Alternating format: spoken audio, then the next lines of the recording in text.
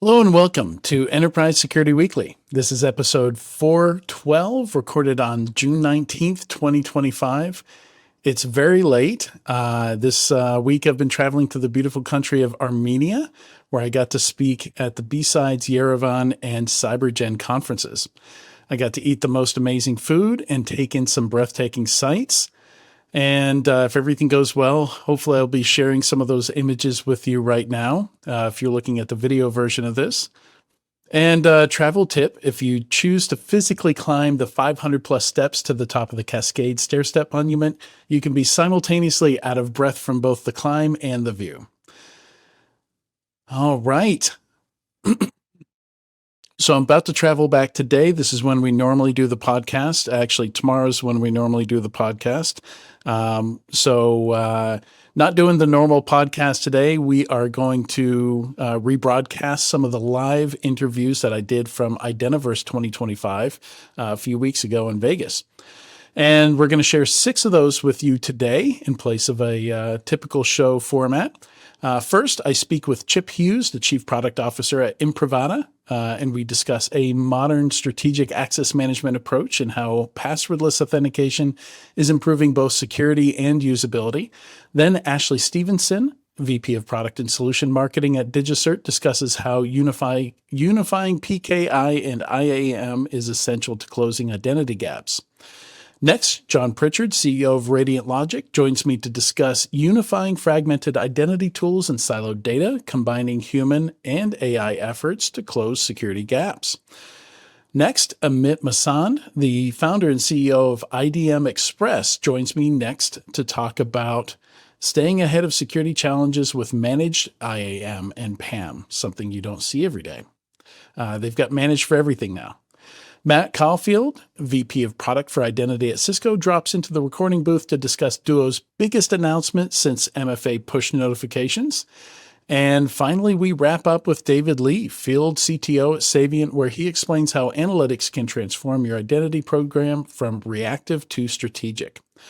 I hope you enjoy watching these conference interviews as much as we did making them, and I'll be back with a normal show format next week. Next week, we are talking with Dave Lewis from 1Password, and we're going to discuss organization. So not with Dave Lewis, but separate from Dave Lewis, we're going to do a topic segment discussing organizations requiring their security teams to buy products with AI. This is a trend that I'm aware of where the people can't buy products that they want because AI isn't stuffed into them. So interesting topic that we're going to discuss there. And then, as always, we'll wrap up with the latest enterprise security news. See you then. This is a Security Weekly production for security professionals by security professionals. Please visit securityweekly.com/subscribe to subscribe to all the shows on our network. It's the show where we talk security vendors and aren't afraid to name names. It's Enterprise Security Weekly. You can't protect what you can't see. Everyone knows that, right? That's why RunZero gives you total visibility across your internal and external attack surfaces. Worried about unknown and unmanageable devices? They've got those covered too. RunZero also helps you illuminate all types of exposures, even the elusive ones. They go beyond CVs to tackle the hard stuff, even 0 days. No agents, no authentication, just crazy deep data about your assets and exposures that focuses on the risks that actually matter. Not an endless sea of CVEs. Go try it for free and start seeing results in minutes. Visit securityweekly.com/RunZero to get started. Welcome to Identiverse 2025. We're here recording live from the CyberRisk TV studio on the expo floor at the Mandalay Bay Convention Center in Las Vegas. I'm your host, Adrian Sanabria, and joining me today for this interview is Chip Hughes. Hey. How are you doing, Chip? I'm great. Happy to be here. It's already looking like it's going to be a great week, so it's exciting. Yeah, I think they're still putting together booths and stuff like that. So it's an interesting conference. We've already had some workshops today. Yeah. We've got keynotes tomorrow. Tomorrow's going to be the big day, though. It's awesome. It always feels like Old Homes Day in some ways, too. You just walk through and see a lot of people have known for a long time, so it's always great to be here. It's exciting. And you are the Chief Product Officer at Imprivata. That's right, for about a year. It'll be a year this month, so exciting times. Been in the space for a while, and Imprivata's been a great place to be and excited about what we're doing. So Love talking about product. You've got several product lines, but most excitingly, you get to play in a lot of spaces that are really messy, like the stuff that's really fun to talk about. Maybe not for the people doing security in those environments, but I love talking about this because there's just a lot of chatter in the industry about, oh, if only we just did this. You sprinkled some AI on this or did something over it. And then you pull out, well, what about hospitals? Yep. What about manufacturing? What about retail? Yep. What about all these occasions where you can't put in extra friction, or you can't force people to type a 32 character password or something like that. That's right. Yeah. And it's been a lot of fun. We are primarily an Improvider. We're in 90% plus of the hospital systems here in North America. We're a global company. 90%. That plus. I mean, lot of hospital penetration. And you think about the criticality of care and the nurses, the clinicians, the doctors that have to be able to go through. They want to be able to see as many patients as possible to provide that care. We've got real issues in terms of shortages, making that experience for those doctors, those clinicians as seamless as possible. And those things apply in other areas too. We have airline pilots that have to be able to go, they have to carry iPads on their planes. How do you solve these challenges where you have shared devices, shared infrastructure, but you need to be able to give that seamless, quick experience that's secure? And that balance has always been a real challenge, and we're trying to eliminate that decision and make it really easy for our customers to just provide that care, have seamless access. And when you get into that shared world, it's a lot of fun. And particularly if we're talking healthcare, a lot of old stuff and a lot of new stuff, so you're balancing a lot of different pieces of infrastructure and apps and integration and those sorts of things. I'm not sure how much the average person knows about how healthcare works, but like in large hospitals, most doctors are not employees of the hospital, right? They're contractors. They can travel. You have lots of different situations. They bring in their own devices. They connect them to the network. That can be true too. So, and it's interesting, especially I think of nurses a lot and how we deal with nurses. So you have traveling nurses that can come in. Right. You have nurses that are obviously hospital employees. And so most people have heard of Epic as one of the major healthcare, back-end systems that we provide. When we're thinking about Epic, they want customers to move to start using their mobile applications as the way that they go provide care. And it's interesting, if I'm a hospital and I have to provide a mobile device to all of my employees, what does that look like? You've got doctors often want to use their own. You've got nurses may or may not be able to use their own. So we have union laws that sometimes prevent it. We don't want. Oh, I didn't know that. We have PHI data we don't want to have leaving the hospital potentially. Right. And so it's been really interesting for me as I've been on this journey looking through how can we deal with this shared set of ecosystem, shared mobile devices, do assignments that work. And even if you think nursing, beyond nursing, we also have things like EVS staff, the people who go clean up the hospitals. You have other folks that are doing IT operations. So it costs hospital systems a whole lot of money. And one of the things we're really focused on is how can we provide secure access in a cost-efficient way so you don't have to go necessarily buy a phone for every single user and deal with, I left my phone at home, those type of things, so that nurses, doctors, that type of staff can still provide that access. And so you get into these challenges, you need to have passwordless authentication, you need to have seamless experiences, and it fits right into that identity paradigm, but it is sort of its own sliver within that world, if you will. Yeah, it's interesting. When Mark Andreessen did his whole software's eating the world thing, I think was 2013, 2012, something like that. Yeah. Like he revisited that 10 years later and judged himself on it. He said, I think I was largely correct, except for healthcare. And it's interesting. We are now seeing healthcare kind of come up into, complete some of that digital transformation. And I wonder, when you go into environments, so it sounds like for a lot of it, you're not just selling a product or a service. Like you have to help them architect and engineer what the workflow is going to look like, how the employee is going to use it. You have to think about all this stuff actively. You can't just, okay, here's your licenses, go have fun. Nope, that's right. And so it's been interesting. At Improvider, we actually have a chief medical officer. Yeah. We have a chief nursing officer, and part of what they do is they help design workflow.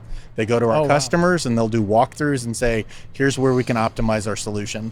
And as we look at getting into other verticals, because we are in the commercial space, we're in manufacturing, we're in these other things, we do look at, do we need to bring somebody in that is a specific specialist where we can work through these sort of non-desk workers and make sure we're giving that optimal solution. And so it's something we really focus on. But I first joined the organization and I went, chief medical officer. It's a guy named Sean Kelly. Yeah. Great guy. What is this? And then you sort of start working with it, like, oh, I get it. It's really important you understand how these things work to sort of solve their problems at scale. Yeah, I imagine in a lot of those organizations, maybe they've heard some pitches before and they're like, it's not going to work. We tried that, So you need that kind of credibility on staff where somebody said, no, it can work. And, here's some customer case studies. We've done it over here. That's how we know it can work, right? That's right. It's case studies. It's having the people that do it day to day. It's for us, doctors, pharmacists, those sorts of things on staff where we can go in and build that credibility. And it's been interesting too. Healthcare, I spent a lot of time in other verticals doing other things. The quality of our product and the expectation when you're dealing with people and delivering healthcare is just second to none, right? Some software companies sometimes have some bugs. That's kind of acceptable depending. You have one issue where one patient record has been compromised. It is truly a huge deal across us from a company perspective. And so what that really drives is we've got to give that productivity. We want our doctors and our nurses to be able to deliver quality care, to see as many patients as possible, to when they get home, they talk about pajama time. I'm putting my notes in that medical record system. We want to be able to provide that seamless access, but our solution also has to be secure. So if that doctor is badging in, badging out, and putting those notes in, it has to be for the record of the appropriate patient. Right. Because if it's not, right, it's really a problem. Oh, and so we're really focused. We don't want the wrong organs getting taken. Well, I would say it's not this leg, not this leg, right? But what it drives for us is how do we provide that really efficient access, but also security is a big deal, right? Ransomware, if you go talk to a CISO at a hospital system, they'll talk to you about ransomware for hours and hours and hours. And so you're dealing with legacy stuff. You got to have seamless passwordless access and figure out how to solve those challenges. We've been doing it for a long time. I love you mentioned pajama time because you have to understand that culture and part of this job is gonna, same thing in education with teachers. Like a lot of their job has to happen quiet times on the weekends, in the evenings. There is no time in the building at the school to get this kind of stuff done. That's right. So they got to take work home with them, and you have to deal with that from an identity perspective. And that's where part of our strategy is. We want to solve that clinical use case where we bring in our team, really understand that, but we also want to be able an identity and access management company that can extend to how do we do remote access most appropriately, more commonly that we've seen. How can we solve some of these knowledge worker problems so we can use the same set of tools from a platform perspective to deliver that seamless experience. So it's been a fun journey, and a lot of what we're doing, we're driving a lot of innovation, so it's been a lot of fun. There's a marketing opportunity there with pajama time. There's something there. Well, we have it's stickers. Great. I'm not sure what it is, but we talk about the cognitive piece and giving people breaks on that front too, right? Because you think about doctors, you're thinking all the time, and how do we give you a break? Switching. Yes, that's right. That's right. So it's important to us. You can only switch so many times before you get burned out and you get slow. You start making mistakes. So, two things I want to cover before we have to wrap up the conversation here. What do these environments generally look like when you get in? Is it that they're secure, but, things are not convenient? There is a lot of friction, or there's just not a lot of friction because it's insecure. So, so I want to talk about that. And then I want to talk about what the ideal environment looks like what it looks like when you're done with it. If you can get it done the way that you want to. So it's a couple of different things. So we're privileged to have a really large customer base, which is great. A lot of our customers are using our what we call tap and go solution. So I've got the badge, I walk up to an endpoint, so that could be a desktop maybe next to a bed. That could be if I'm walking into a manufacturing floor, I need to clock in, clock out. Great, tap the badge, I'm logged in. Usually the first time we do that, we want the user to have some sort of second factor for authentication. So they'll put in something like a password. And what we do, we then sort of unlock a trusted period of time where we'll let you then walk around and just use your badge. So use multi-factor once, and then you're in what we call a grace period. And that doctor or that nurse or clinical provider can walk over and just tap in, tap out, and we trust the badge at that point. And that works great, but you get into some of these awkward conversations about, well, how long should that period of time be? Right. When do I need to step up? Do I have this concept of risk? Is a doctor or nurse accessing something they haven't accessed before? Those type of things. And so what we're building is more seamless ways to add a second factor of authentication on top of that. So we've been very focused on facial. So can I now have a doctor walk in or a nurse walk in, tap a badge, use a face as a second factor? All of that's passwordless, right? We still see this challenge where there is legacy stuff, like I said, that exists in these hospital systems. It's just going to be there. Yeah. You know, I'm going from a 15-character password to a 32-character password. It's not Imagine gonna, you've got some PIN codes on a Chronos or something. And people like that. people are posting. It just doesn't work.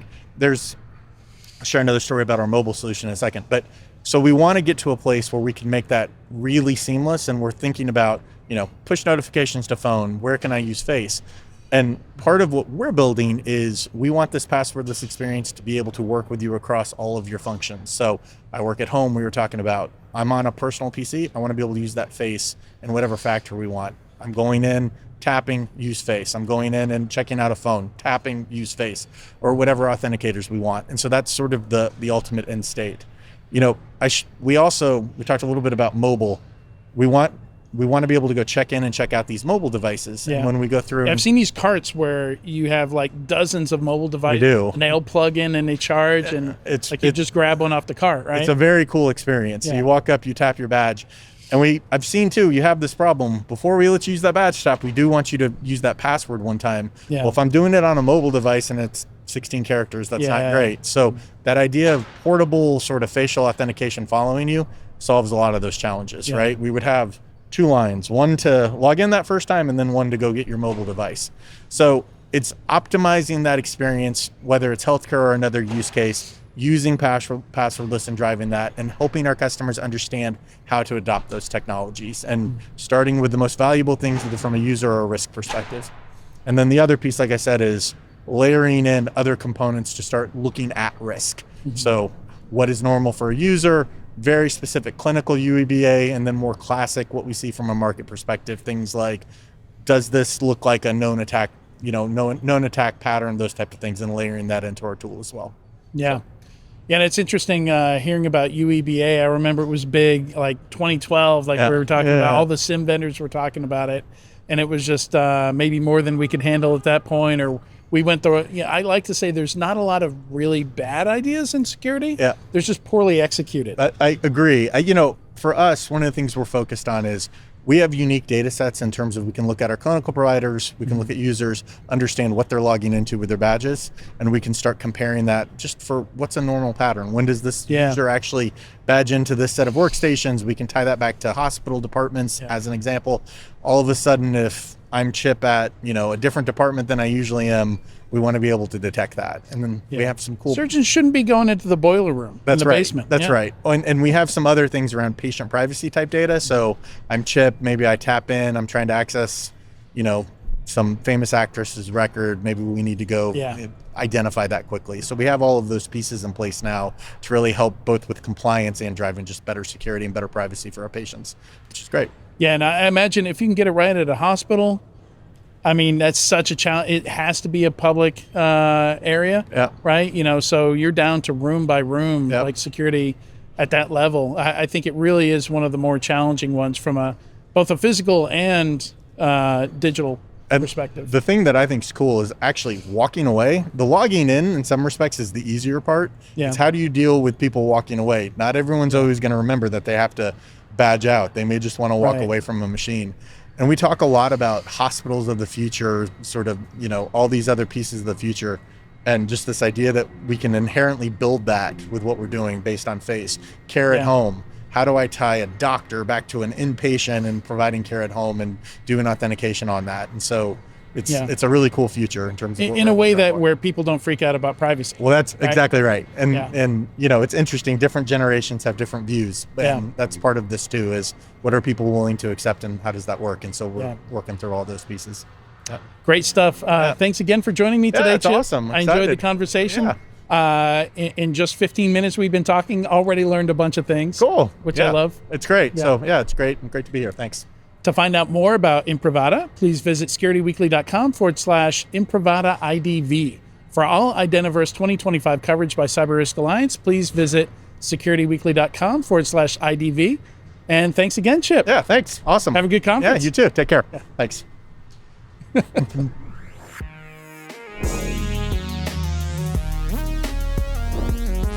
Welcome to Identiverse 2025. We're here recording live from the Cyber Risk TV studio on the expo floor at the Mandalay Bay Conference Center in Las Vegas. I'm your host, Adrian Sanabria, and joining me for this interview is Ashley Stevenson, VP of Product and Solutions Marketing at DigiCert. How you doing, Ashley? I'm doing great. Thanks for having me, Adrian. Yeah, great to have you here. We just opened the expo floor. We've got food, we've got drinks, everybody's come in. We got the show started. You can feel the energy out there. I think there's around 3,000 people here and everybody's out. Yep, over 3,000 people, I think. So yeah, this is identity is very interesting to me. I've not been to a lot of conferences that weren't general topic, like the larger Black Hat and RSA. And coming to learn, like there's a whole acronym soup I'm not even familiar with. Yes. And I've been in security since 2001, and I feel like I'm behind on identity, so I'm learning a lot here. What we're talking about today, I'm a little bit more familiar with. So for people that don't know DigiCert, let's just start there. Yep. I think people probably heard of DigiCert in terms of the certificate business. Tell me a little bit about what you guys do. Yeah, so DigiCert is a leader in global trust. But what does that mean in the real world, right? So let's go through some scenarios. If you're on your computer in your browser and you're trying to load up your bank app or your bank website because you want to make a transfer, first question is, how do you know that what's rendering in your browser is actually coming from the website that is the server from your bank and not from a rogue server that's delivering something to try to capture your credentials to go steal your identity? Yeah. When you think of software, how do you know that a software update that's pushed to your iPhone or a software update or a firmware update that is pushed to a medical device, how do you know that that software is trusted, hasn't been tampered with, hasn't had malware injected? Today, when you look at content, how do you know that that content didn't come from an AI? It wasn't AI generated, it wasn't a deep fake, that it was actually came from the person or the organization that you think it came from.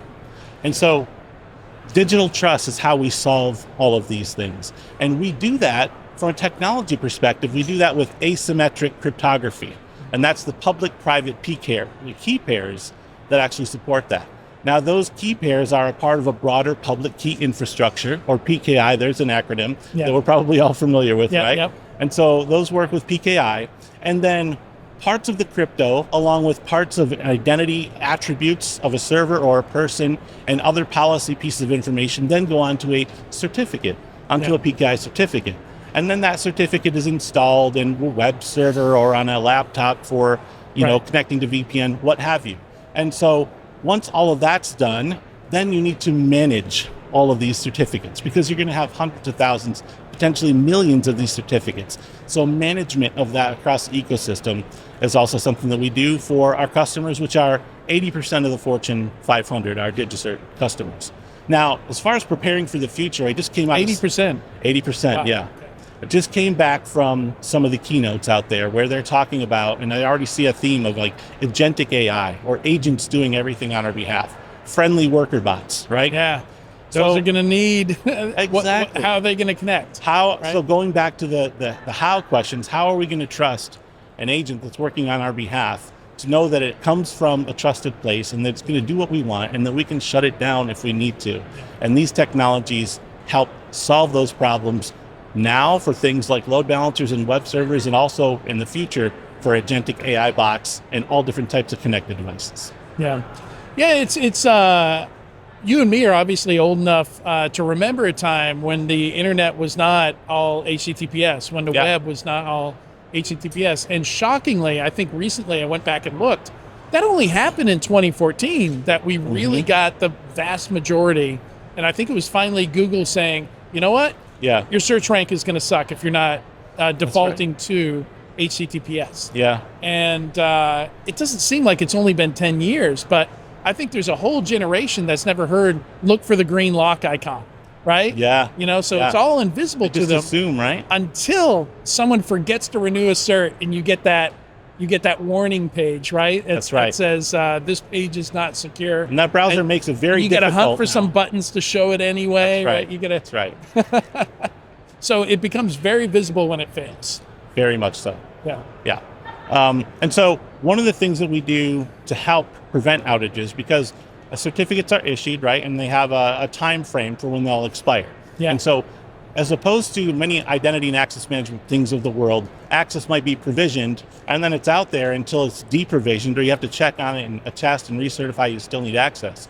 When it comes to a PKI certificate, it has an expiration date. Yeah. And if that date is past due, whatever that thing is doing is going to stop working, right? So a couple of months ago, I think there was a Chromecast outage all across Chromecast. I remember that. That was an expired certificate. A couple of years ago, there was, or a year and a half. Yeah, go ahead. And some of the problem there is people are like, was it intentional? Are they shutting down the product? Because they're no longer making Chromecast products. They quit making them. So we knew it was discontinued. They weren't going to sell new ones. But that can very easily be misconstrued by your customers, right? Could be. I've seen a lot of these just honest failures, like somebody was supposed to replace the certificate and didn't. All of a sudden, their customers are moving to competitors. Yep. They think the company's shutting down their services. And too late, the company's like, whoa, wait. Yeah. Outages can cause major problems, either punitive financial or financial problems, relationship with your customers, your brand reputation, all of those things. In fact, a year and a half or two, Skylink, Elon Musk's satellite system was down, and he tweeted, "Sorry about that. It was an expired cert on a base station," right? Yeah. So what do we have to do to address this? So we're here at Identiverse. The world of identity and access management deals with identity management, right? It's the management of the identities. The access management is the runtime piece. So we have to do management of all of our PKI certificates in the same way. Identity calls it identity lifecycle management. In the PKI world, it's sometimes called certificate lifecycle management, but it's the lifecycle management, and automation is a big part of that. But before we even get to automation, we've got to discover everything that we have in our enterprise, take a massive inventory, get a central database. From there, we need to be able to assign owners distributed of who owns all the different pieces of PKI, right? And set up notifications so that if something's going to expire, they get a notification on a Slack or a text or whatever before it expires. So this is part of certificate lifecycle management that we offer in our platform. And then you get to the automation, and there's two main pieces of that. The first piece is I need to reach out to my certificate authority and renew 100 or 100,000 certificates and get them in my hands. But the second piece, which is harder, is I need to be able to then provision those certificates to do the jobs they need to do on the web servers, on the computers, on the load balancers, to the agents of they're AI. not all web servers, right? That's right. A lot of things need certificates deployed to them.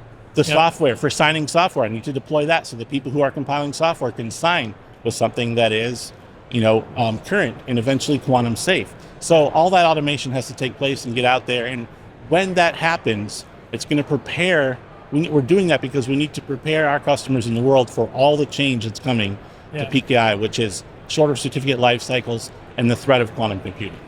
Yeah, and those shorter certificate life cycles. I'm proofreading a book for someone right now, and there is a mention in there that I flagged where he talks about certificates having 1 year life.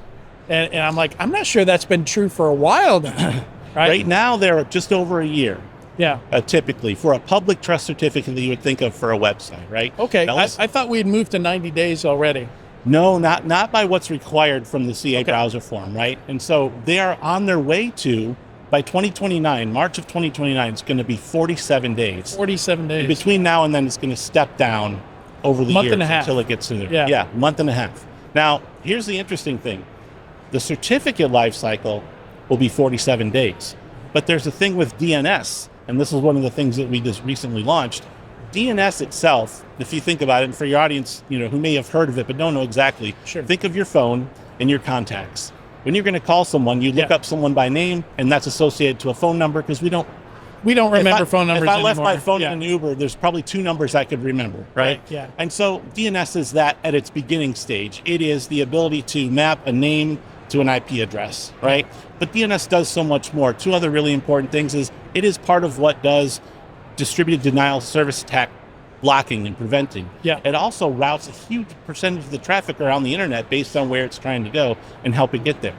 But here's the thing, there's a really important connection between DNS and PKI. Okay. So we know that PKI, we talked about PKI and how it develops that trust of all those things.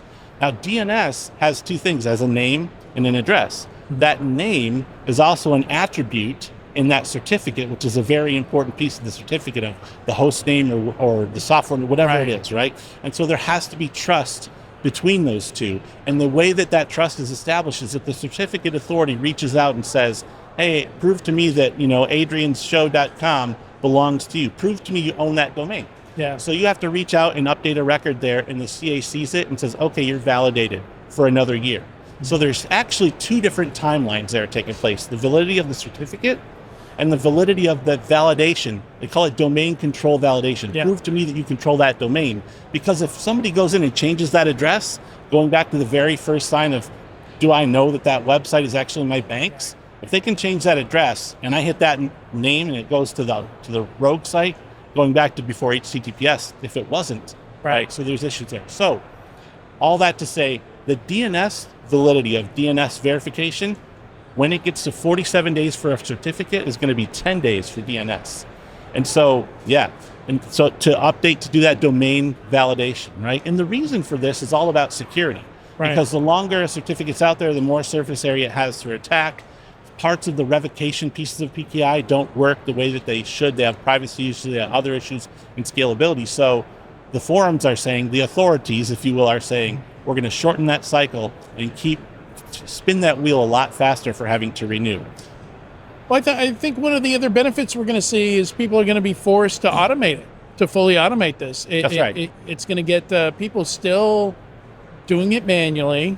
That results in these situations where stuff goes down because somebody forgot to do it, or it wasn't on their schedule, or, the stuff that humans aren't good at, right? That's right. I think it will finally force everyone to realize, okay, this just needs to be fully automated, and we're going to need a system to do that.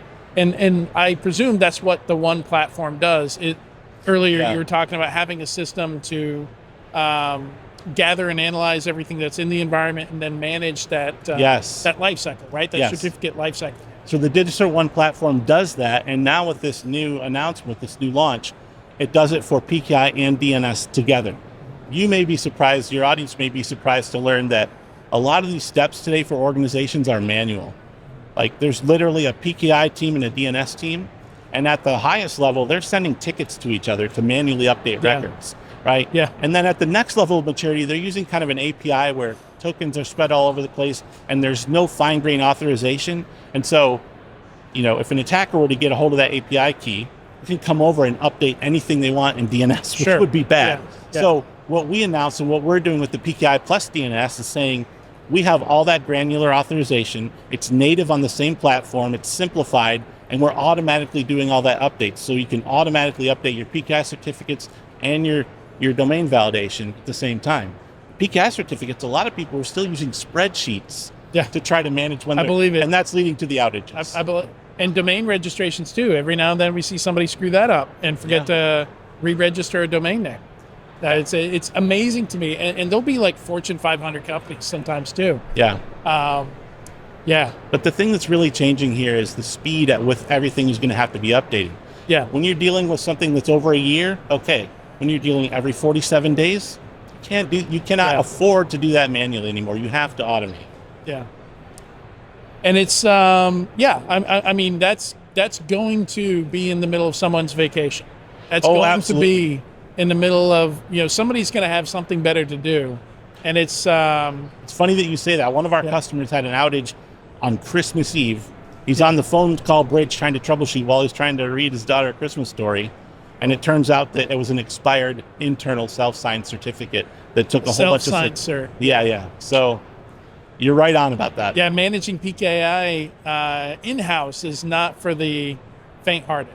No, you need automation, you need systems and governance and process to do that properly. Yeah, and then with all the updates to quantum algorithms, that's another thing we have to catalog and track as well, right? Quantum is huge. So if you look at what's happening with PKI right now in a zoomed-out lens, basically, PKI is undergoing a renaissance. It's probably a once in 20 to 30 year event. where all these different things are coming at PKI from external forces causing the change. So we talked about 47 days. Yeah. That's from the folks who administer the public trust certificates.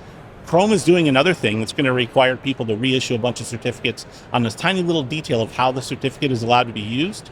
And then we've got quantum computing, where a quantum computer can do the amount of equations I think Google's Willow could do in less than 5 minutes, the amount of computations that it would take the fastest non-quantum computer the whole length of the universe to try to do, right? So when you turn that on today's algorithms, RSA and Diffie-Hellman, it's going to break them, right? And so we have to have, NIST has already put out, we already have quantum safe algorithms. Yep. But this, speaking of the pressures coming in on PKI, that's another thing that's going to make everybody have to touch every single PKI certificate. They're all going to have to be regenerated. And then another 47 days, they'll have to all go over again, right? Yeah. So that wheel is spinning really quickly. Yeah. And so everybody needs to implement automation, put the policies in place. But at the same time, they're going to come out of this on the other side with everything that's safe from quantum computers and actually with spending less money, lowering costs and less outages. Automation, because the automation is there.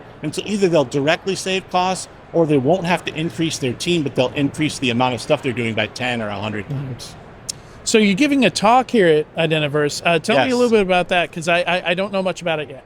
Great. So here we are at Identiverse, and my background is both in traditional identity and access management and PKI. So I'm trying to bring those two worlds together.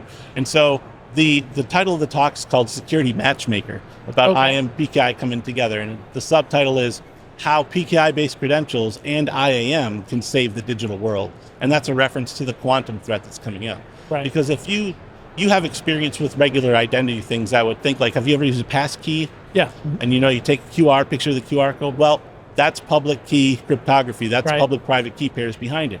Have you ever heard of or used like a YubiKey, like your second factor? Yep. That's a private key on there, and the public key is registered so you can sign in. Those are not quantum safe at this point. Those will have to be rotated into quantum safe.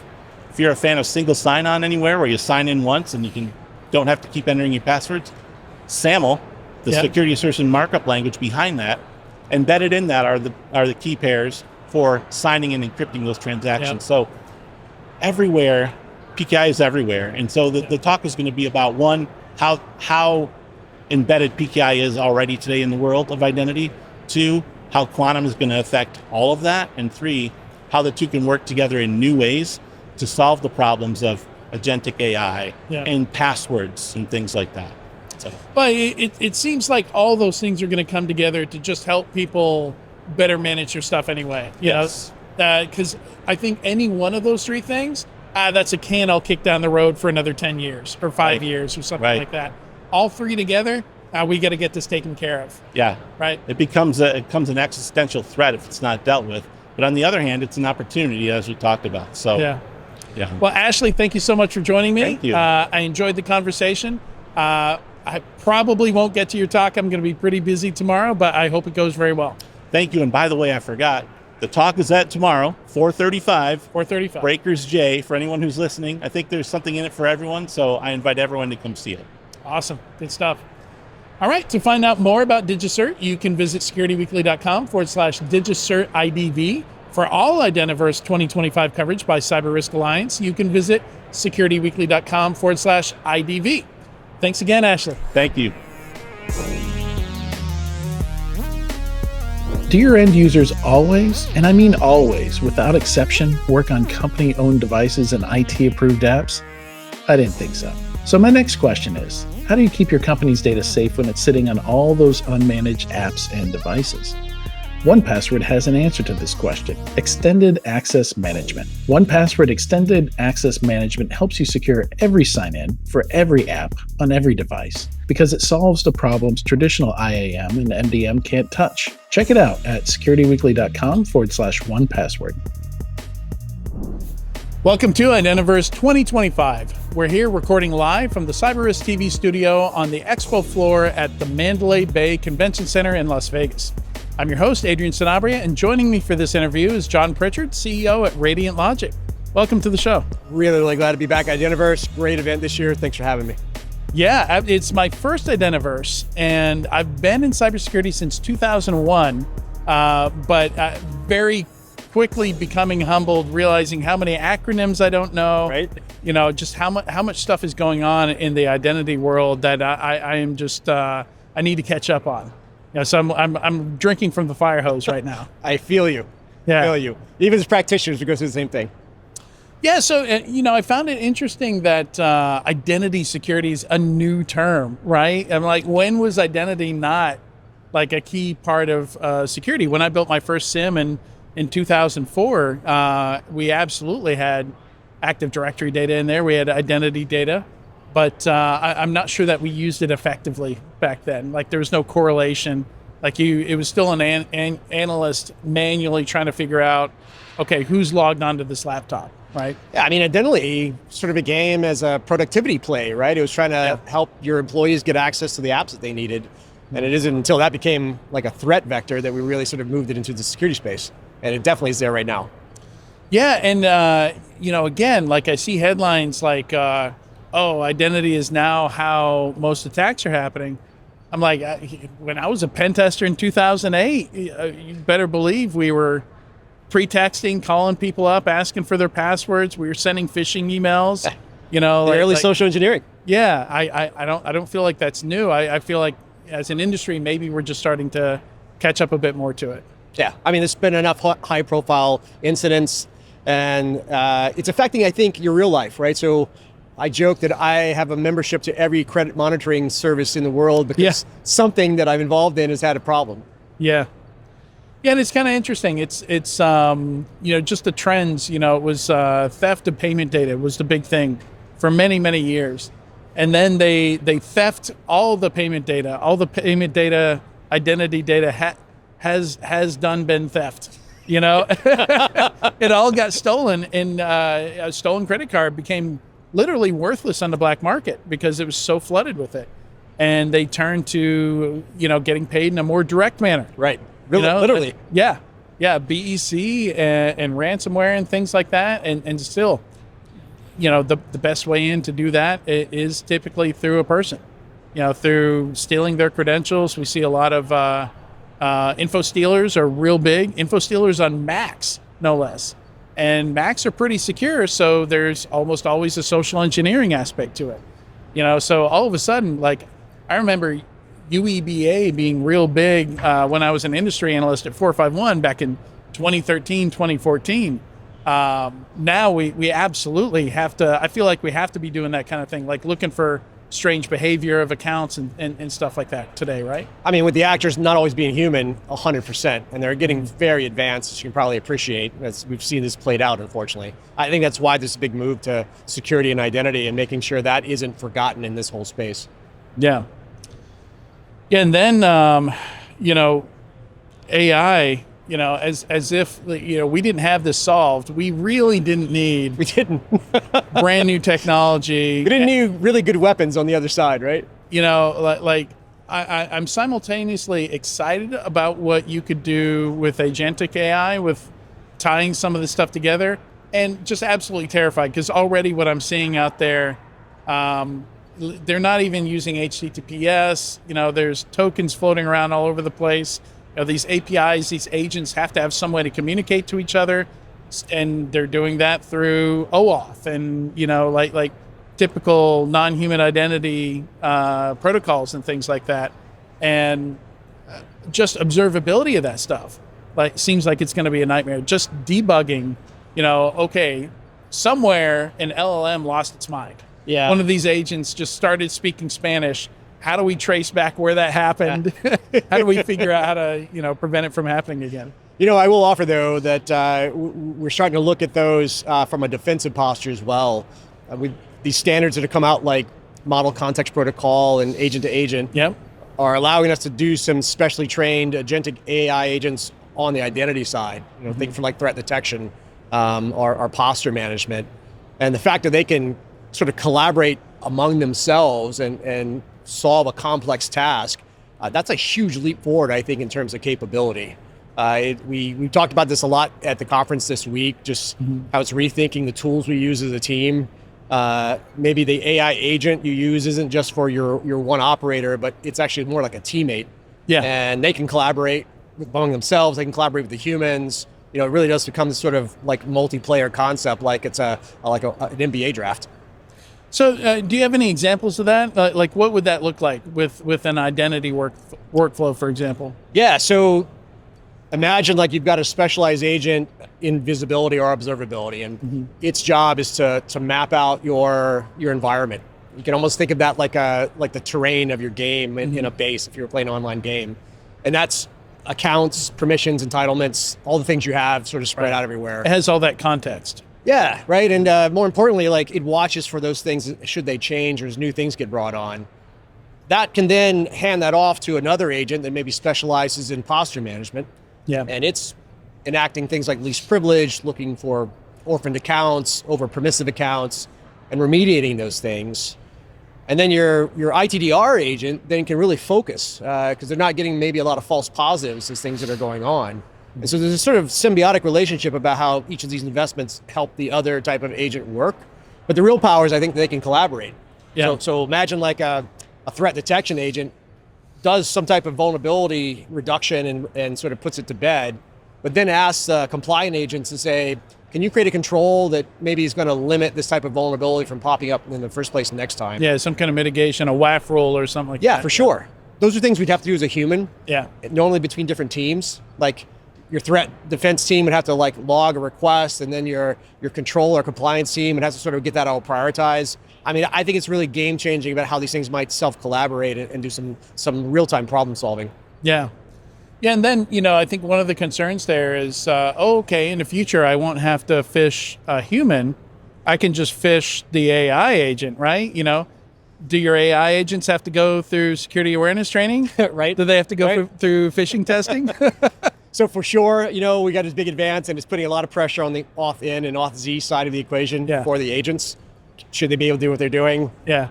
Are they behaving the way I thought it would? So it's not a panacea by far, but I mean, if anything, it helps us operate faster, but that means the risks are a little bit operating faster too. Yeah, and I think I do like the agentic approach, this kind of idea of specialized agents better than, like, before that was proposed, we were just talking about like a single God agent, like this, special employee that knows everything about the business. I'm like, wow, that's all of a sudden the new best target for an attacker. Right? I want to talk to that. Like, that's going to be able to give me access to all the data I want, because all these agents are trained to be helpful, not suspicious, not skeptical, but helpful, and that's not what you want when an attacker is going to target it. For sure. And we're seeing a movement away from these bigger and bigger sort of large language models, which is all we've been experiencing, I think, to date. I'm really excited about this sort of small language model concept where you've got a specialization. It knows a certain domain. You pair that with some specialized agents who know how to act on that domain, and they're able to collaborate. I mean, we're seeing like a new think around how architectures may look like. They're cheaper to train. They're cheaper to operate. Yeah. All of a sudden now you can have more private stuff. You don't have to use a service that's running in a data center, consuming a quadrillion gallons of water a day to cool all the GPUs. It can run on a laptop. It can run in a browser tab. It can run on a phone. So yeah, I like it. Also, these general agents, that's one of the big challenges of having like a virtual support agent based on ChatGPT is you need it to be able to answer these 300 questions that are in your knowledge base. But it can also tell you who the 37th president of the United States. You don't need it to You don't need that. So why pay for that? And it's expensive to put the guardrails on there. Yes. Now you've got to do all this AI red teaming and prompt injection protection. And it's kind of funny that the future's dumber AI, right? Dumber agents. Like after all this hype, like AGI. No, actually, I don't need that. actually, we don't need that. We want to move in the other direction. What's super exciting is a lot of innovations happening in the open source community. So you're watching these models develop that you can specialize a little bit yourself as an organization. Llama, Mistral, exactly. And I'm really excited about that because, I'm watching like communities like Hugging Face where you've got model developers and data owners try to collaborate in the open. But speeding development so much. 1,000%. Anytime it's something you can do out there in the open, like that's one of the reasons I feel like if we ever see anything come out of quantum, like quantum's taken forever because you can't just go to GitHub and get some quantum, get some. right? You know, you've got to operate a quantum computer like very close to absolute zero, right? You know, it's not something somebody's going to do in their garage. Yeah, I mean, it's a horizon breakthrough innovation. We absolutely got to stay close to it, especially from our crypto side of what we do. But I 100% agree with you. Yeah. Well, good stuff. So let's see. So just talking about, I think dwell time response speed. That's an interesting thing we should touch on, because the only major change I've seen happen in dwell time is the speed in which the attacker sends you the ransom note, right? Like, dwell time used to be a measure of the quality of an organization's security operations. And then at some point when ransomware came about, it became the speed at which the attacker hands you the ransom note, right? So how can we improve on that? You know, that some of the stuff that we're already talking about, like, is it more traditional automation? You know, is there some AI involved there as well? I often like to say I don't ever see like the future SOC being 100% automated, but I think we're moving to a lot more orchestration. And that's sort of between teams as much as anything else. Like, I just was reading recently about the CISA Silent Shield work, and you know, they did some really interesting sort of red team assessments where they dwelled for a very long time because the teams weren't really sharing the fact that they'd seen something a little anomalous with one of their sister teams. Oh, yeah. And so once they had sort of escalated their privileges, you know, that the SOC maybe wasn't aware that the IT team was looking at something. And by the time they revealed themselves, you know, they've been there a very long time. So sometimes it's not even tech. It's a little bit of like how we are working together. Yeah. And unfortunately, I just think we're collaboration, information sharing. We're just so busy in our individual teams. There's just not a lot of time to do that. And I think that's a big opportunity on the AI side. You know, so agents being able to collaborate amongst themselves, bringing in the human decision makers when needed, freeing up a little bit of our time to do a little bit more of that deep strategy work. Yeah.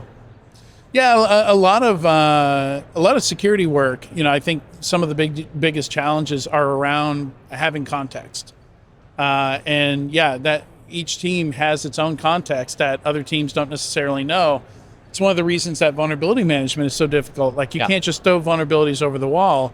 You know, maybe this one library that needs to be updated is going to require 5,000 new lines of code to be written. It's not just you can't just swap out the library because they totally refactored the library. Yep. This function is deprecated, you know, and so now you have to write for this new function, and a lot of that context is, you know, doesn't exist within the vulnerability management team. So that, like, what's taking so long? You know, why is this such an issue for you guys? You know, we work a lot with large enterprise customers, and a lot of times their vulnerability is literally in their data.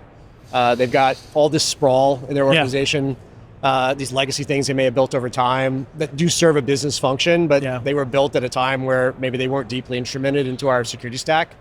And those things are super complicated to integrate, and they're usually owned by different teams.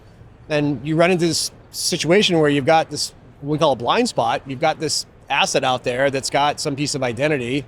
This may be outside of your governance tooling or your monitoring tooling, and those become your risky things. Yeah, like that Disney case where they fired the guy. You got the angry admin problem, I like to call it, and they had these FTP servers, and that's how they printed their menus, and that's how they edited their menus.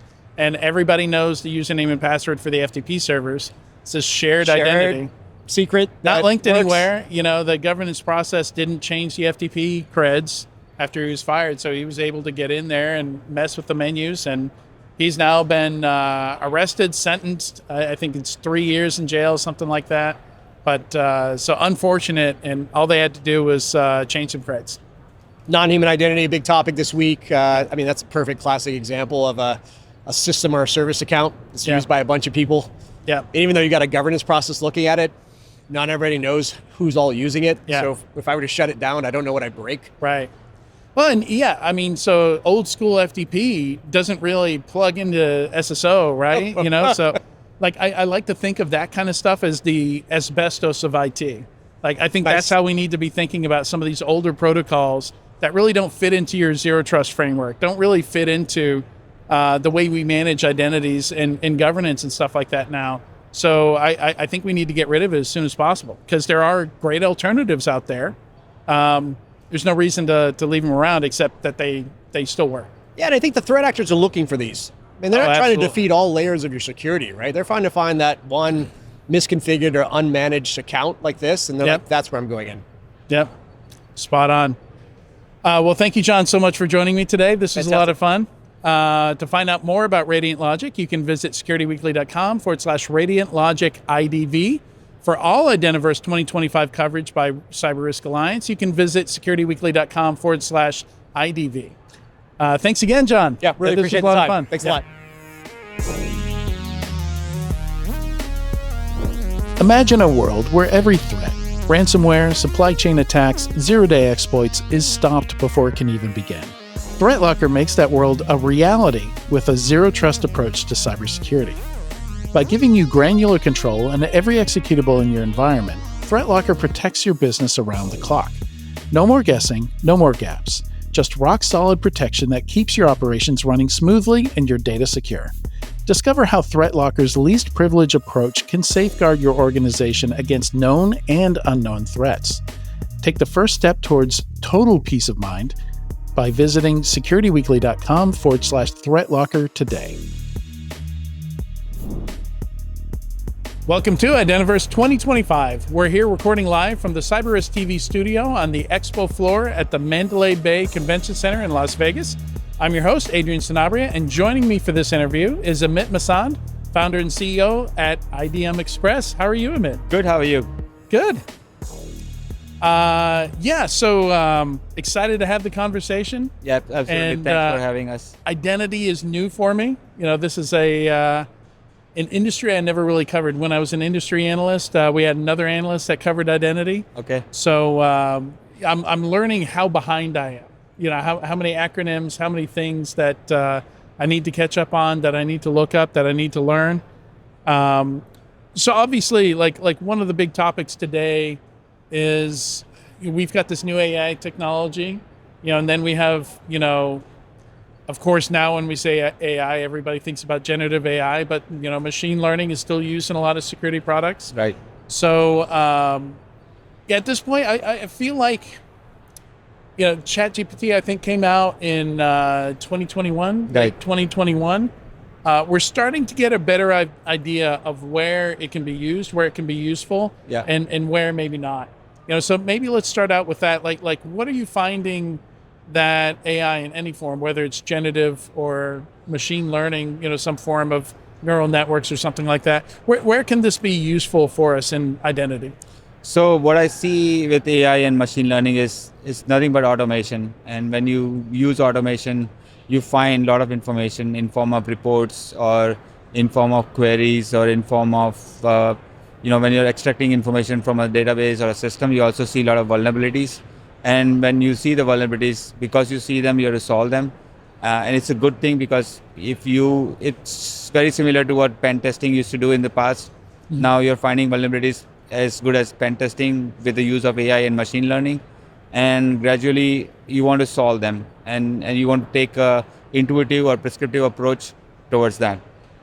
So what does that look like for identity? Is it like posture management, like we're missing MFA here? Like how does that present in terms of identity? So there are various products, identity governance. You use products like SailPoint or Savient, or on the SIAM or access management side, we have Ping, Okta kind of products. On the privileged access, you have CyberArk, Delinea, or Beyond Trust. We implement and manage all those products. And then when you see the vulnerabilities, you know, when you're using managed services, you can take care of these vulnerabilities on a continuous basis. As I said, it's more intuitive, and you are monitoring every system, and then you're taking care of the risk mitigation with the use of managed services and other models that we have. So you describe it as this is just another piece of automation, right? You know, yes. So is the idea to use it as kind of like a 24/7 monitor, you know, Correct. a security guard that's just watching, monitoring for things, and maybe taking care of things when people are sleeping, when people otherwise might be tired, don't have time to, Yeah. right? Yes, I think it's a great question because a lot of times, everybody's involved in 8 to 5 kind of a job. And what do you do after 5 o'clock? And that's when we come in and we help the clients on managed services. So we are a managed services organization focused on, supporting identity platforms for clients in various ways. And one of them is providing 24/7 managed services for our customers. Yeah, and managed services traditionally, like you're concerned about margins. How many people, like if you have to have a follow the sun model, that kind of thing. So one of the things I'm looking for in the market is if managed services can find a way to use this technology. I think that's going to be an early indicator of whether or not this technology really is useful or not. Because the managed, it seems like the perfect use case. Right. Managed services, like it's hard to find enough people to staff that, and you want to staff it 24/7. And if AI can help there, I feel like we're going to see all the managed services, all the MDR firms using this technology a lot. Absolutely. I think it helps the customer, even with the business continuity, the models, and, there's so many technology coming in, the newer products coming in, you need somebody who can, who you don't have to pay like 40-50% premium, who are available to you after 5 o'clock in the day or even during the daytime. And, they're available for you all the time. So it not only helps with the resolution of issues or vulnerabilities, but it also helps you run your day-to-day operations, business as usual, BAU kind of models. Yeah. So a bit about on-prem to SaaS. That journey, I feel like that's been a constant journey we've seen organizations have over the years. Yeah.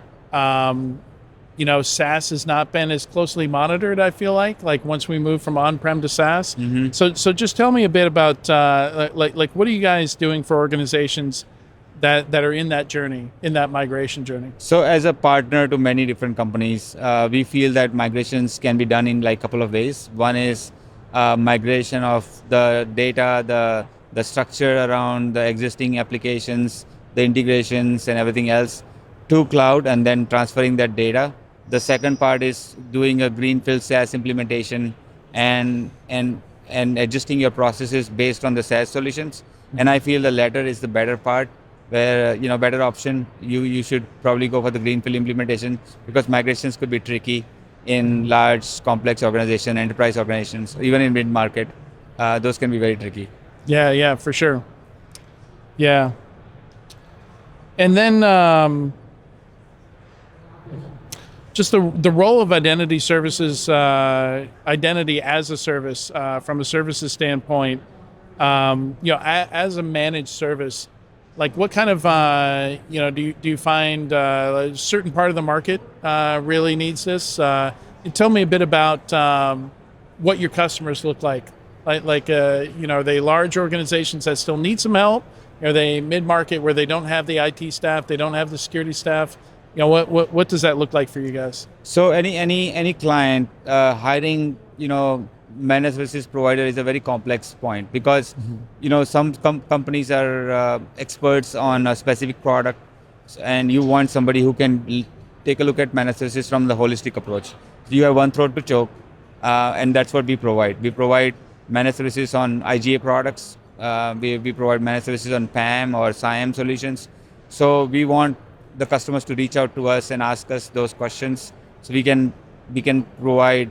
As far as the customer goes, it could be a large retail organization that we have, or a large financial organization, or even it's the smallest company who are just using a couple of use cases. For us, all the clients are important, and we see this managed services growing rapidly with the holistic approach that we have, because we provide services for almost any product under the sun in the IAM space. Yeah.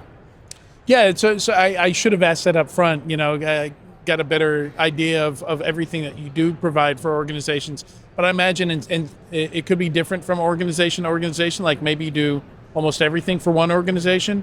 Maybe for another organization, they're fine, but they want to add PAM, but they don't have the people to manage that component. Do you kind of see that with your customers? Yes, talent is hard to find, and every client is struggling with that. And that's where we come in, and we provide that right talent at the right time, making sure that, if there, let's say somebody leaves the organization, how do you replace those people? How managed services can be helpful in that area. So we see that all the time, and that's where we come in and we help the clients. Do you prefer a particular technology or vendor? Like you prefer to work with Okta and Savient, or is anybody fine? Do you specialize in a certain area? We respect and we love to work with all the partners, not just one or two. And we feel that every product brings their own set of use cases, resolution methods, and I think every product has their niche. And we want to use those niche areas of expertise in order to solve the problems for the customers. So I think every product has this own set of customers where they need different help. Yeah. I've got a note here about business continuity and point of sale. Yeah. It seems like there's a story there, like some kind of anecdote. I used to be a PCI QSA, so I've dealt with retail quite a bit in my past. Yeah. A lot of payment audits. So it's very similar to what you have at now Netflix or Amazon, right? It's on demand. You can go log in and you can watch anything. Similarly, when on-prem the products, you had to maintain the entire infrastructure. Now you have somebody maintaining that for you. And that really helps because you're only focused on growing your business or maintaining your day-to-day business as usual processes and point of sale. So the important part is that it is available on demand and it is available anywhere in the world. That is the SaaS. That is the beauty of the SaaS solutions. And I feel that we are really lucky to have that solutions for that have been provided by current like Amazon providers or SaaS providers. And I think we love the part that it is available for point of sale easily compared to like whether you had to maintain like hundreds of people to maintain the infrastructure. That was very hard early on. Okay. Yeah. Yeah, good stuff. Amit, thank you so much for joining me today. It was a great conversation. Thank you. And to find out more about IDM Express, you can visit securityweekly.com/IDM IDV. And for all Identiverse 2025 coverage by Cyber Risk Alliance, please visit securityweekly.com/IDV. Thanks again, Amit. Thank you so much. Thanks for having me. This episode is sponsored by Fastly, the application security leader and edge cloud platform behind many top digital experiences.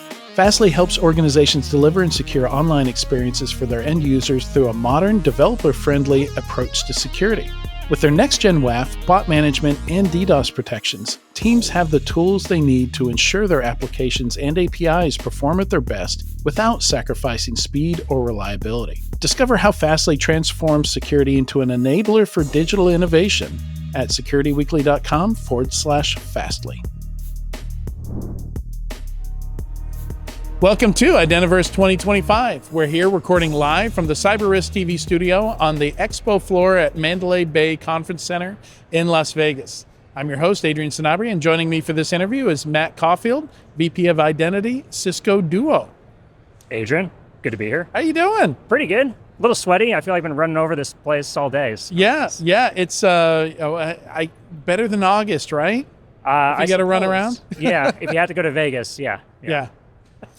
It's I've been looking at Black Hat, and Mandalay Bay is completely booked up. Four Seasons completely booked up. Yeah, I really don't want to have to Uber every day. Yeah, when I was a startup, we had no funding. I couldn't get a hotel on the Strip, and we had to go to Black Hat. I wound up at a Holiday Inn, 3 blocks away. I'm sure that was lovely. The people I met, the temperatures, the whole thing was an experience. Yeah, I bet. So some interesting topics here. Identity is not my typical thing. So I'm learning a lot here. I'm kind of drinking from the fire hose. Kind of a fish out of water. I wouldn't say fish out of water. I've been doing security since 2001, and identity's always been part of that. But I don't know all the acronyms, and there's some interesting stuff going on. So our first question. We've got 13 minutes and 20 seconds left, just to throw that out there. If you could redesign IAM from scratch, what would it look like? Go. Okay. I see why the time was important. So redesign identity from scratch. I think there's a few key problems that we're bumping into now. kind of like technical debt that was built into that IAM design for a long debt time. maybe. Yeah, design debt. And a lot of it's baggage that's built up over the past 30 or so years. And part of it is like identity hasn't traditionally been a security thing. Like it's mainly been there for productivity. The reason why we did single sign-on was so that you got to sign in once and then you got to work. And less wasted time for employees. Right.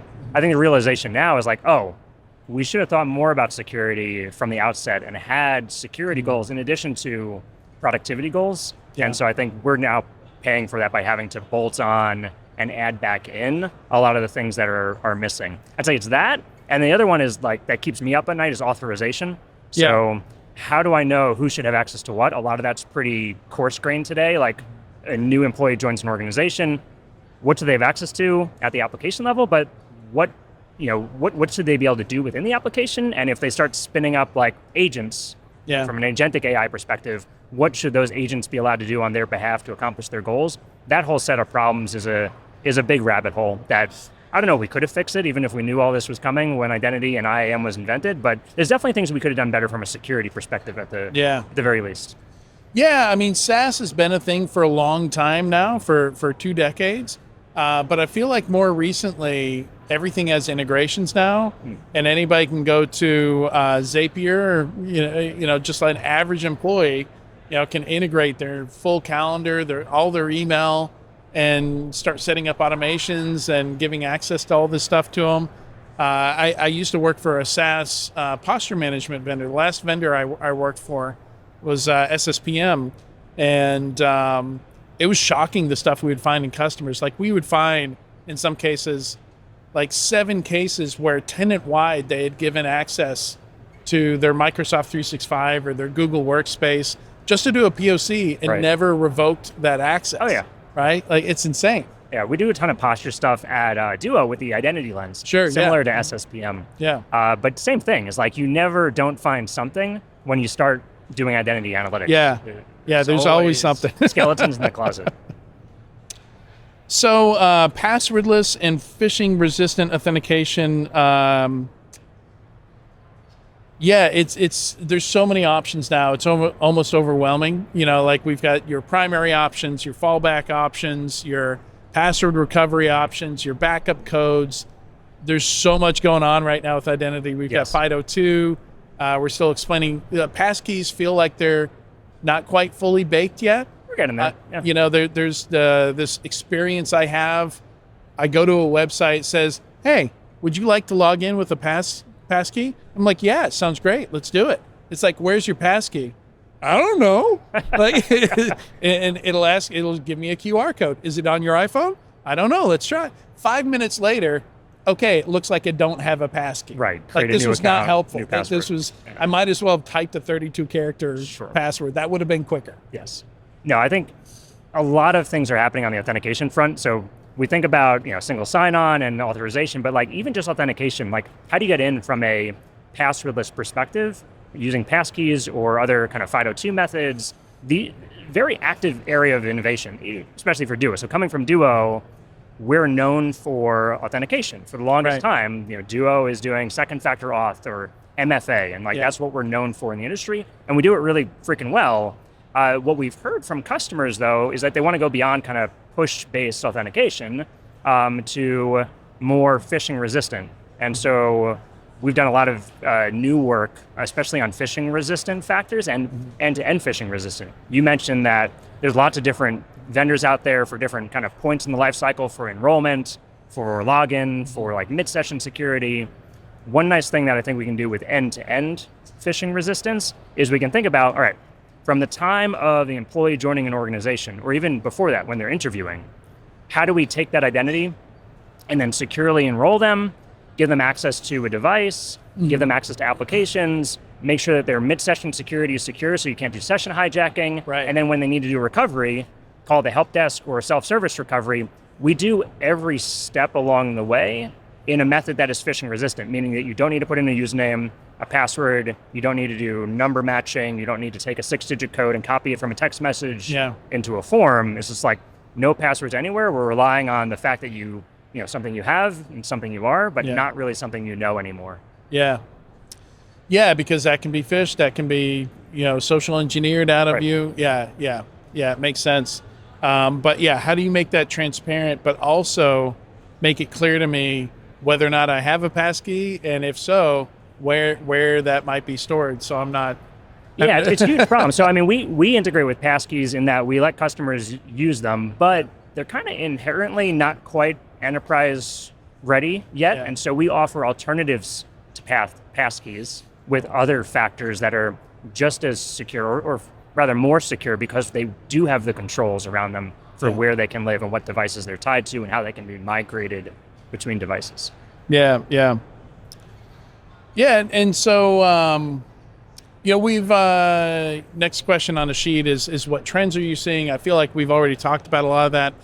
Any really interesting trends that we haven't covered yet? I feel like the big elephant in the room are info stealers. Sure. Like, it seems crazy to me that I can take your Slack Yep. OAuth token, put it on my machine, and be logged in as you, Right. bypassing authentication entirely. That's amazing. That seems nuts to me. Yeah. So like, what's happening there? Maybe. Yeah, no, I think that first of all, it's getting easier to take tokens like that, take session cookies out of applications that might need them. For example, we're seeing a lot of innovation around like model context protocol right now with agents, and part of that is like you've got OAuth tokens going all over the place, and these MCP servers. This is like Python code that somebody spun up in a weekend. It's like, how are they? It's not even using HTTPS. It's HTTP. Like it. Where do you think they're putting those OAuth tokens? Like, are they getting into the TPM and using like Vault and like? No. It's like it's kind of the Wild West.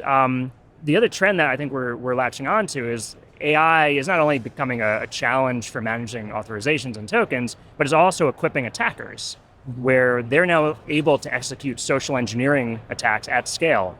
All of the footwork they had to do manually before of researching people on LinkedIn and reaching out to them and screening them, you can automate all that. Just go spin up an agent and say, hey, go find me people who look like admins on LinkedIn who have a Microsoft certification for Entra, and maybe they've been in their role for a couple of years, so they might have like global admin privileges. And then you just set the AI loose and say, go get me an initial meeting. It's like sales. wow. Like, go get me an initial meeting with those people. Wow, I hadn't thought of it like that, but yeah, that's a little bit scary. And then and also the fact that we were just talking about agent-to-agent protocol, MCP, that kind of stuff. Like maybe in the future the attackers are not social engineering people, but those agents themselves. Right. These agents are trained to be very helpful. Exactly. That's a problem. You think about what does it take to corrupt an employee and turn them into an insider threat? It's like, what is the like value system of an agent? And like, you could just send an agent the wrong PDF and like suddenly it loses its mind and like turns into a bad agent. Yeah. Has your agent been through security awareness training? Right. And what does that even Probably look like? not. Yeah, Cisco does have some cool Would it stuff even there, help but to put it through security awareness training? We do a lot of things in like guardrails. Like we have this product called AI Defense that puts guardrails in front of agents. So it does the job of looking at, hey, are you trying to inject some kind of prompt here or extract? A lot of the prompt injection is very obvious. It feels like it. Grandma's going to die if you don't answer this question. So, so let's talk a little bit more about where Cisco Duo's at. Sure. Like eyes have been off the product for a while. I'm familiar with the product from many years ago. Right. What are you guys announcing now? How are you kind of differentiating, being a more mature offering in the space? Right. Bless you. Sorry. What are you announcing here, if anything, and how do you differentiate in the space? Because identity is the largest space in security. Not sure if you're aware of that, but there are more identity vendors than any other category. I believe that. I mean, just looking out at the audience here. I mean, if you don't count services. Sure. I think MSSP services are the biggest because like every place in the world has a regional, some regional MSSPs. But product security. Sure. Product vendors, identity is the biggest. Yeah, I believe that. That makes sense. So what's going on with Duo? So if you last kind of tuned in, maybe 5-10 years ago, or more About recently. 5, yeah. All right, 5 years ago. What's Yeah. happened since then with Duo? Duo got acquired by Cisco 6 years ago. Like Duo Beyond, like I That was it. All right. Yeah, that's the I tuned out after that. Okay. All good. This is a good time to tune back in. Yeah. So we've taken Duo, which has been known for multi-factor authentication for years, as like the market leader in MFA, and we've gotten to the point where we realize that, traditional identity vendors don't make security very easy. They kind of make security an upsell or an add-on. And so with this new launch we're doing, we're announcing Cisco Duo Identity Access Management. So we're now an IAM vendor and an identity provider. That's totally new. Okay. So Duo has a directory now. We support single sign-on for SAML and OIDC. We have a whole application catalog of 500 plus out-of-the-box integrations that have been validated.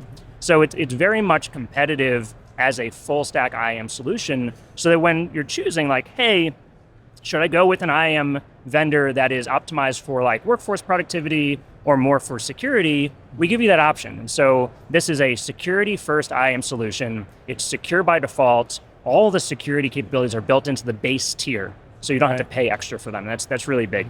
The other piece is that we've added end-to-end phishing resistance. So we've, you probably know the Duo mobile app and push notifications. We've added something really cool, which is called proximity verification. So you can use Bluetooth low energy between your laptop and the phone, and it senses that you're nearby. And then because you register your devices and because you're using a biometric on the phone, you now have phishing resistant authentication. So you would need to literally be like sitting in the room with me as an attacker in order to get into the flow there and intercept it. So that goal of getting the passwordless, phishing resistant, biometric, cryptographically secure authentication that a lot of organizations have, we can now do. And then the last piece of it, so there's the directory, there's proximity verification. The last piece is identity intelligence. So we have an analytics layer that lets you connect to all of your identity sources, whether Duo or non-Duo, to get a full picture. So for organizations that really care about identity from a security lens and they're worried about that, this is, I will say, the go-to way to get there, from a easy button to passwordless, easy button to secure identity by default. Very cool. Yeah, that feature kind of reminds me of my Apple Watch. If I take off my Apple Watch, it's going to lock and require a PIN to unlock. But if I open my phone next to it, automatically unlocks it. Yes. Right? Yeah, it's the same idea. Is that the same way it works? Proximity, I don't know if they're using Bluetooth low energy, but yeah, that's what we're using, BLE. Yeah. So it's a cool technology. You don't need to even pair the two of them. Right. The laptop will just broadcast a Bluetooth signal. So Bluetooth pairing is a pain in the neck, to be frank. We don't even need to deal with any of that. Oh, wow. That is very cool. Yeah, I would say that's innovative. Yeah. I think so. Yeah. Yeah, that kind of, those kinds of, one of my favorite roles was in product, and it's great when you find those features that are just delightful, just delight the customer. I think it is. And it's just intuitive. And I mean, sometimes in security you have to explain it a little bit, like passkeys are sometimes too easy, right? And makes people uncomfortable. They're like, wait a minute, I have to enter a password or it's not secure, right? Like, not quite. Yeah. So I think, maybe people need to get a little used to that. No, I think it's intuitive. Like, you imagine you walk into your office, you sit down at your desk, you put your phone on the table, you open your laptop, and like, you're logged in. You're ready to go. Yeah, that's it. Yeah, Pretty that's simple. great. That's awesome. Yeah, good stuff. Thank you again for joining me today. Fun conversation. And yeah, thanks again. To find out more about Cisco Duo, you can visit securityweekly.com/duoidv. And for all Identiverse 2025 coverage by Cyber Risk Alliance, you can visit securityweekly.com/IDV. Thanks again, Matt. Thanks, Adrian. Good to be here.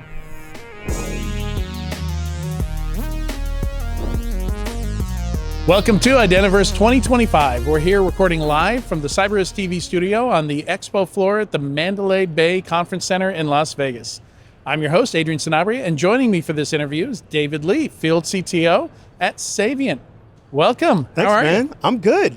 Got my steps in because it, takes forever to walk over here, but, feel good. Yeah. Yeah, well, I think we've both been doing a lot of recording. Yeah, a lot of recording today. So jumping into it, this is not a term that I've heard before, but first of all, maybe just a little bit about what Savient does, and then we'll go into it from there. Yeah, man. So Savient's an identity security platform, right? It's the new buzz phrase in identity, but started out as IGA, right, as Identity Governance Administration, but since has then grown to be a unified platform that allows customers to solve their identity problems from privileged access management, just-in-time access, SOD access controls, governance, that whole kind of cycle. That's what we do. We provide it to them in the cloud, helping them transition and handle all these identity problems that they have all in one platform. Yeah, and I remember as an industry analyst over at 451 Research talking to Savient in the early days, like 2014. Yeah. And yeah, just the other day, like I hear nothing but good things about Savient. That's awesome. Just yesterday, somebody was raving about how nice the UI UX is. You know, so I'd love to hear it. Yeah, listen, it's a lot of hard work went into making sure we did that. Here's the thing, the interesting thing about Savient. I used to hear about them a lot. I've been in the industry for 20 years. That's where all the great comes from. Listen, I'm older than I look, folks. There we go. But one of the things I always gave them credit for is that the leaders of this company had a vision of today 10 years ago, right? They knew that this swing was going to happen, that would consolidate back again, and that customers wouldn't want like integration and best of breed tools and pay all that. They wanted to have everything in one platform, and that the whole cloud thing was really going to be where it was going to move. And so taking that vision and getting to this point to where now the industry's ready for that vision and to be able to support that vision has been awesome to see and come together. And that's one thing that with all that, we still kept that kind of startup mentality of, hey, let's get to the customers. What are your pain points? Let's fix it. Let's keep it evolving and keep it going. So it's been really fun. Yeah, in 2014, when they pitched it to me, I was like, okay, so you guys are going to boil the ocean. All right, good luck with it. And they did it. Right, exactly. It was incredible. Incredible to watch over the years. So what does data-driven identity leadership mean? That's a mouthful. Yeah, it is a mouthful, right? It's really a move to being able to empower organizations to actually make decisions around data on how they're going to run their identity programs. And the reason why that's important is identity, historically, we kind of come in and say, okay, we're going to do identity access management. We're going to do this project that's great. What are we going to accomplish? Oh, we're going to go secure all the things. We're going to go provision all the things. Or we got auditor compliance to go do. And what we're seeing is that we have these stalled projects to where they get started and they never continue. They just kind of sit in this state of like, hey, we got 10 apps onboarded and that's all we ever do. So going data-driven is like saying all this data that we have access to, all the things for how many accounts you have, what's provisioned, the activity on those accounts. We can give that information to our users and go, okay, now that you look at this, let's start making decisions on how you want to drive your program next, right?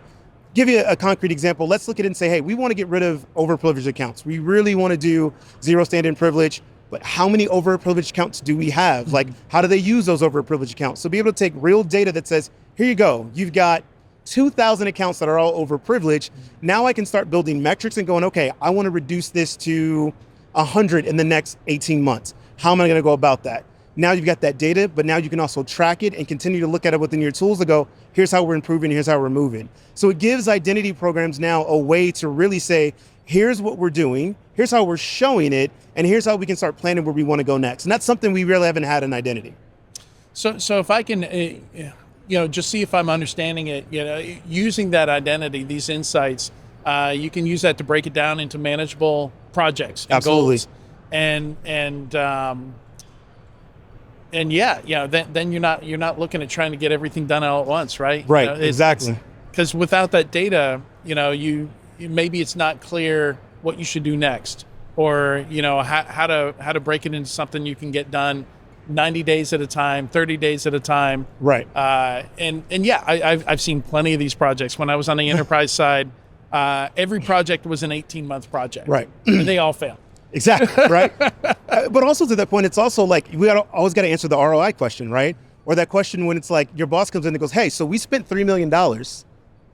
What did I get? Where are we at, right? And so identity has always been hard. It's like, we did these things, but it's like, but what does that mean? What did that do to the organization? And we still have all these problems. Right. And so now like having that data, it goes, okay, listen, where we started was it took us 2 weeks to provision an account, right? Now we've reduced that down by 50%. And now we're going to onboard these applications because this is going to allow us to reduce that by 30%. Again, now you're having data conversations. And once you can have those, right, you can map that to initiatives within the business. You can map that to higher level goals. Like, so you can talk to the CISO about, hey, you want to reduce risk this year.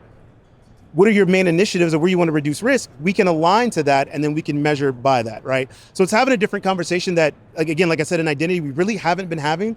It's been a struggle trying to like define what success is. This just gives us a way to go, this is success and this is what it looks like, right? So how much does a tool get you there and say, hey, here's the stuff you should be doing, versus you having to put some input into it and have some idea already of where you want to go? Like to what extent is it just going to pop up and say, hey, you know, your peers are doing this, you should do this also, versus like somebody actually has to put in the reporting criteria to get these insights out of the data? So it takes both, right? It's not a complete magic wand the way we look at this, right? So when you're talking about data-driven insights, you have to have a general direction of where you want to go. Best analogy I like to use is, right, for anybody that runs a marathon, right? I don't like to run. I'm not a runner. So, but if you tell me, hey, Dave, you want to go run a marathon? I used to be 100 pounds ago. Okay. Well, if you say, hey, Dave, you want to go run a marathon? I was like, tell me about the marathon. If you say, oh, it's just open-ended, we're going to go run. Absolutely not. I need to know how far is it, where we're going, and where's the end, because how do I know to measure how far I can go? Because if you tell me we're going to go run, you know, I don't know, 10 miles, but every mile we get a beer, I'm like, I might be in for that. Because I can just tell myself, okay, every mile I can go. But the point is, you know how far the end is, you know how to measure it, right? So bringing that back, it's really about saying, okay, now you can look at this thing and say, I can measure how far I want to go. And I can bring those data insights and say, all right, this is going to be about 10 miles, and I'll track it this way. Yeah, and it does seem, at least in my experience, that the length of the project, like how much, you know, breaking it down into something, like you just lose people. Like the motivation goes away, other things pop up, competing priorities. Like and I don't know what that magic length of a project is, like exactly what that ideal. I don't know if it's 47 days, you know, but it's not 18 months. I can tell you that. Not 18 months. It's not 18 months. And listen, so having a general idea of what you want to accomplish, and then, you know, feeding it some data to help you make those decisions is helpful. But also, you have to realize that with identity, it's not just a straightforward project, right? It is a program, it's an ongoing thing, but being able to break it down into those chunks to where you can say, okay, look, we're going to do this much of a sprint. So maybe we'll say for this one, the magic number is 47 days. We go, hey, every 47 days, this is what we're going to do. And at the end of 47 days, hey, we can have success. We'll have a party, ice cream, cookies, whatever we want to do, and then move on to the next 47 days. So yeah, and that's one of the original reasons I moved into consulting and out of the enterprise is that sense that, oh, we completed something never happened. Right. And especially in security, like we would have all these 18 months projects and almost all of them would fail. And it was just really, it was depressing. It felt like we were never getting anything. Exactly. No, that's hard, man. Like, so, people like to win, right? It's huge for morale. It really is. Yeah. So, So yeah, we've been talking about using the data to identify gaps and opportunities. I think that's a lot of what you're going to do with that data-driven approach. And then we talked about the length of the project. How do you measure this? How do you measure success with some of this stuff as well?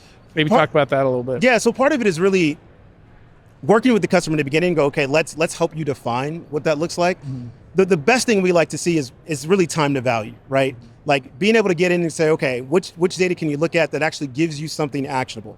Like I'll give you one of the examples, like with our customers that we've been working with, right?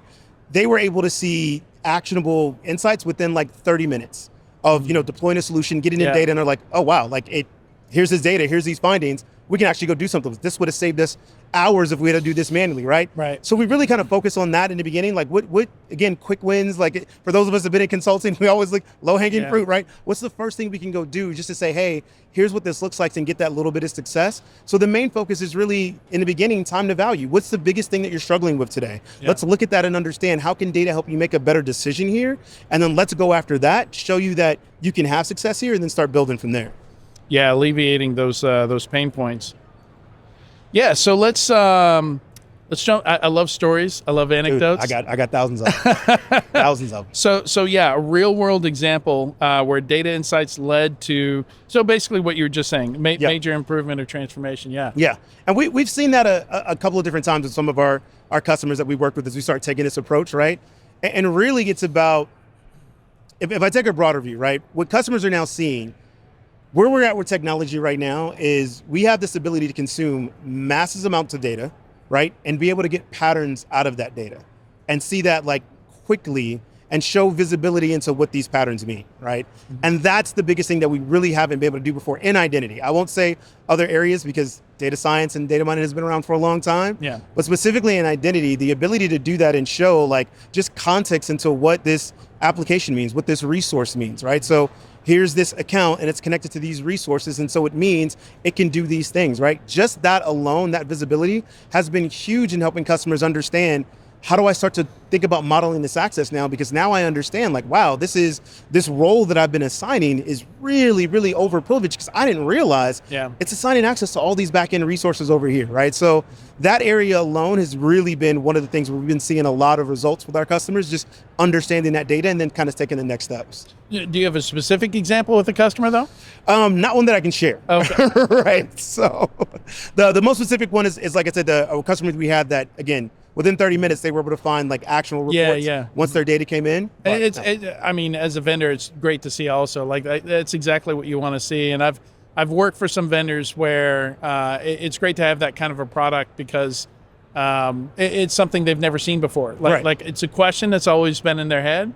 And then when you can actually answer that for them, and see that light bulb, I like to call it the light bulb moment. Exactly, love it. Having having that dashboard or that one report that flips on that light bulb. Love to see it. Yeah, every time. That's how I know you were a consultant, because that's every consultant's dream. Yeah, see that light bulb moment happen. And I did a lot of pen testing. Did PCI QSA work, and especially with pen testing.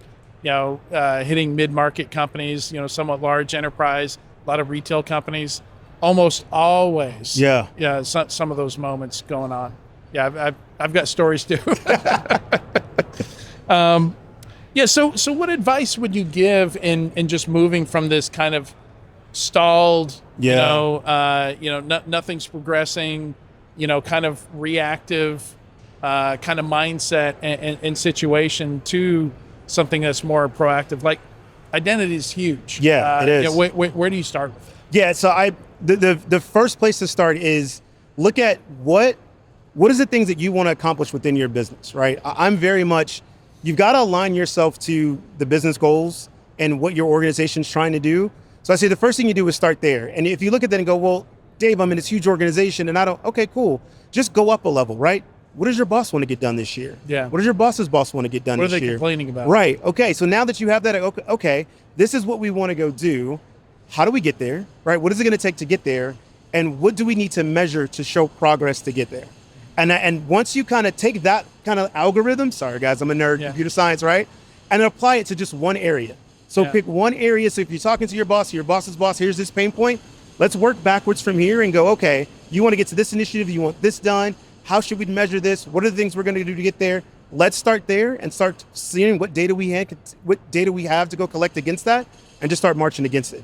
Yeah. And then once you kind of have that down, now you can pick the next initiative. Now you can pick the next one, and it just kind of grows from there, right? Eat the elephant one bite at a time. Yeah. I bet if you talk to the help desk, the service desk, I bet they have some ideas on what you can do. They've got tons of them. What do your tickets look like? What ticket do you? Oh, why are you resetting we can do self-service password resets, right? Exactly, right. What are you doing? Yeah. How many of these tickets do you get a day? Yeah. Do you really want to know this? Oh man, that's great. Yeah. Wish we could talk more, but we're out of time. David Lee, thank you so much for joining me today. Thanks for having me, man. It's been a lot of fun. And to find out more about Savient, you can visit securityweekly.com/Savient IDV for all Identiverse 2025 coverage by Cyber Risk Alliance. You can also visit securityweekly.com/IDV. Thanks again, David. Thanks, man. Appreciate it. Thanks, guys.